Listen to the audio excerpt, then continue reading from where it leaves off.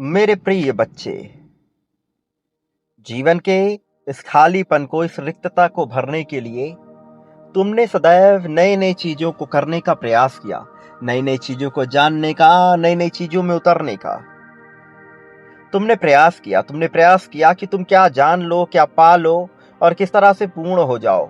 अपनी रिक्तता को तुमने भरने का सदैव प्रयास किया।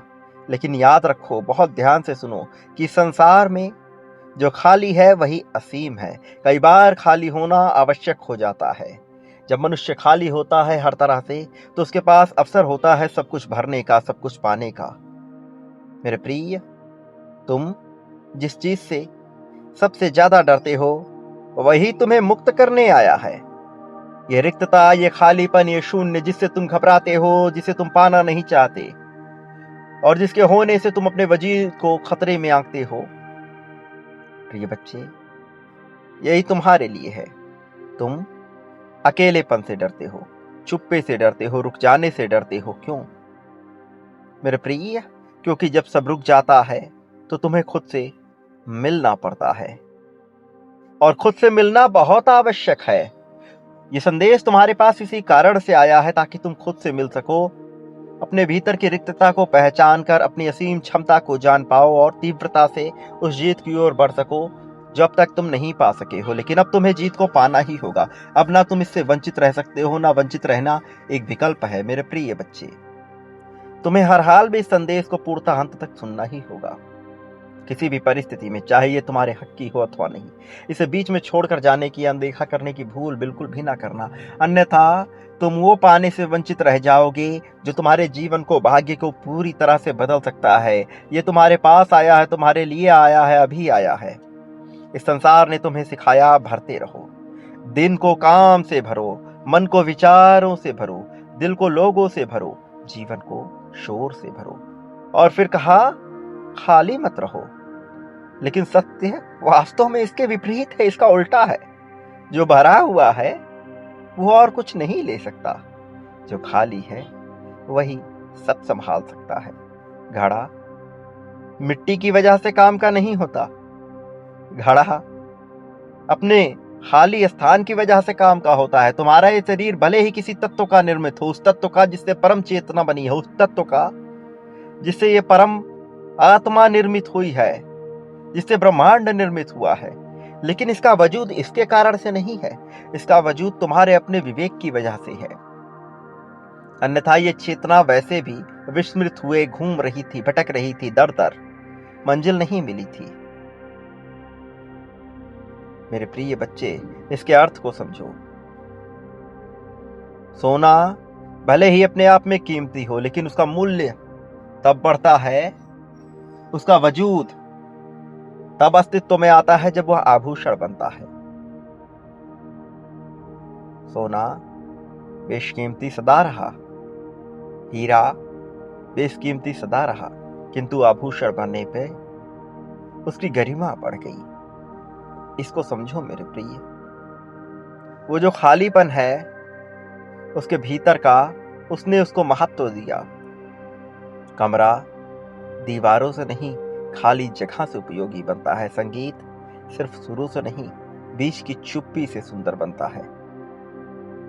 कल्पना करो कोई संगीत ऐसा हो जिसमें कहीं विराम ना हो, तो कानों को प्रिय ही नहीं लगेगी, फिर चाहे वह कितनी ही मधुर वाणी में क्यों ना हो।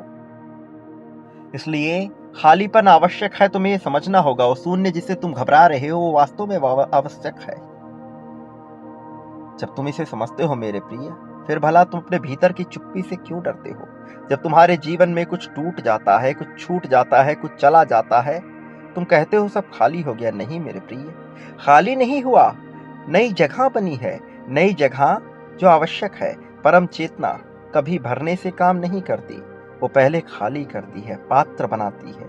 अहंकार खाली, झूठी पहचान खाली, डर से भरी आदतें खाली, ताकि सच टिक सके। मेरे प्रिय, तुम कहते हो मेरे भीतर कुछ नहीं बचा।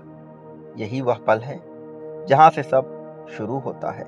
जिस व्यक्ति के पास खोने को कुछ नहीं, वही निडर होता है। जिसके पास दिखाने को कुछ नहीं, वही स्वतंत्र होता है। मेरे प्रिय, दिखावे से भरा हुआ मनुष्य सदैव इस अहंकार में घिरा रहता है इस डर के साथ कि कहीं उसका बनाया हुआ भ्रम, उसका बनाया हुआ माया जाल लोगों के सामने टूट न जाए, और वो जो जाल उसने निर्मित किया है उसके टूटने पर सबसे ज्यादा चोट उसके अहंकार को लगती है। विजय रथ पे सवार मनुष्य इन सब बातों से बेपरवाह होता है, वो इस तरह की बातों में कभी फंसता ही नहीं।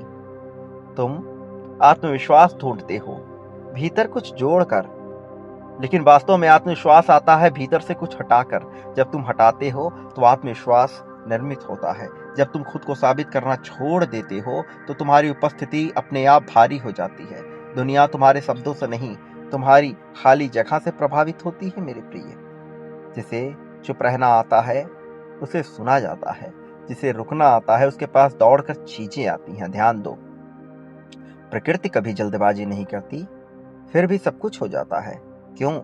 क्योंकि वह रिक्तता से डरती नहीं, वो खालीपन से घबराती नहीं।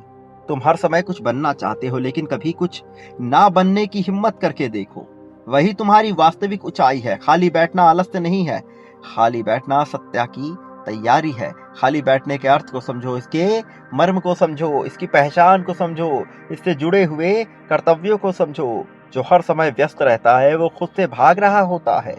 जो बैठ सकता है बिना बेचैनी के वही अपने भीतर स्थापित है।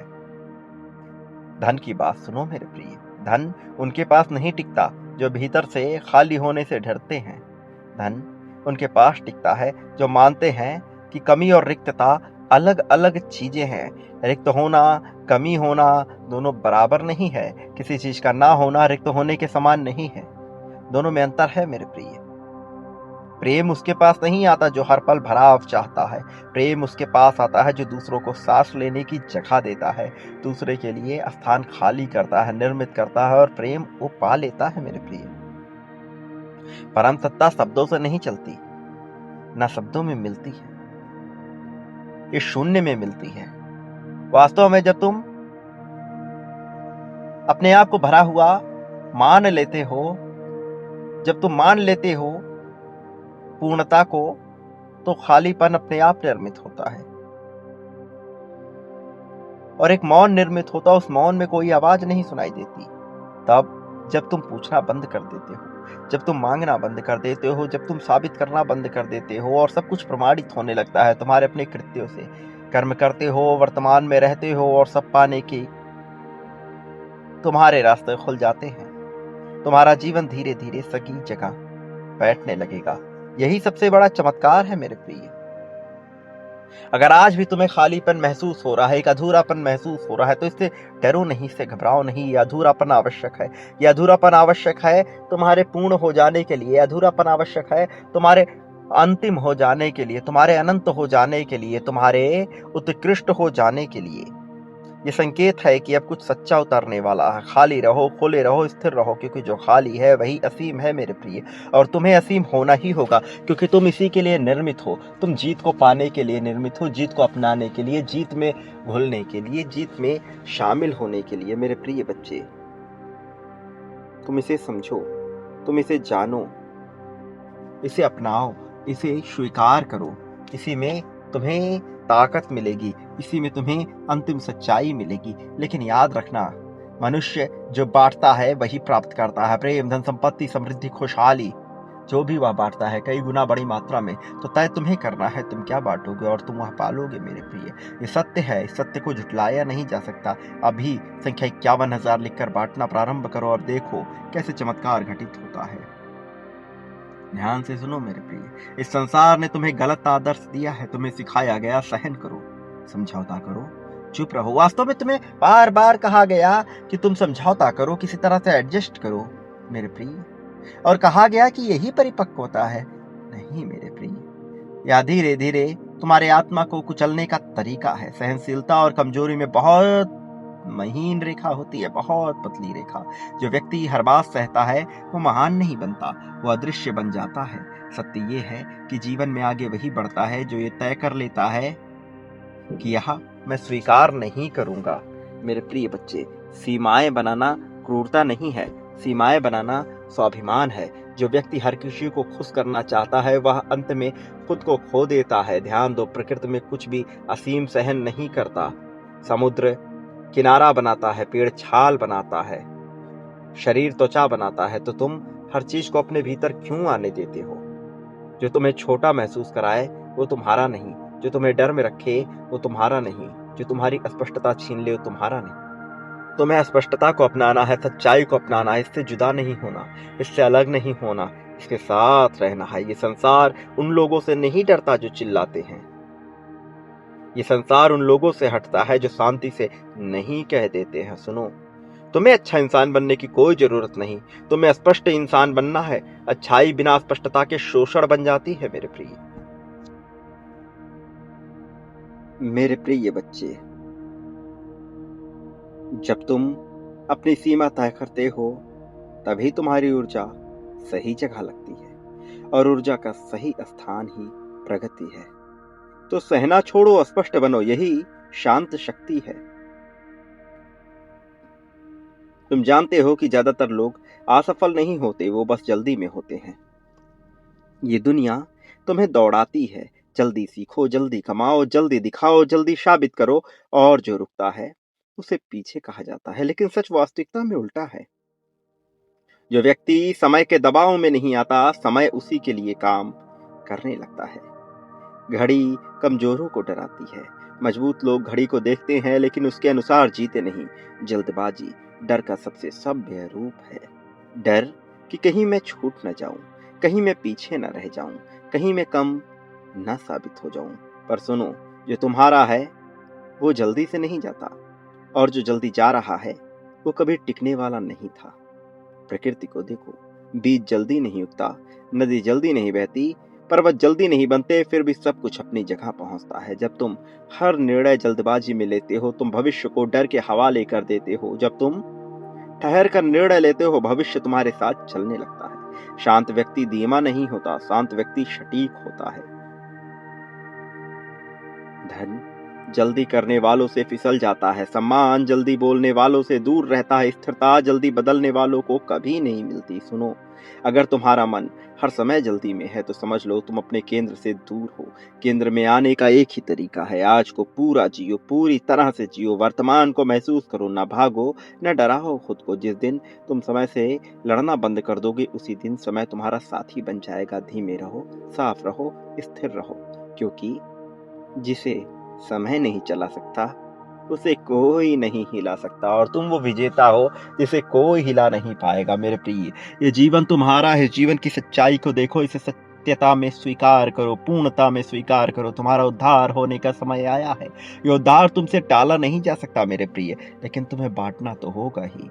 जब तुम आभार व्यक्त करते हो और विजय राह को स्वीकार कर बांटते हो तो तुम आगे बढ़ते ही बढ़ते हो। यही सत्य है, इसलिए बांटो मेरे प्रिय। संख्या 51,000 के क्रम में और संख्या 11,11 लिखकर अपनी जीत की पुष्टि करते हुए बांटो, फिर देखो कैसे चमत्कार होता है। याद रखना, तुम इस संसार में कभी अकेले नहीं हो। संख्या 11,11 अवश्य लिखो। मैं जीत की ओर बढ़ रहा हूँ, इस पूरी स्पष्ट चेतना के साथ लिखो।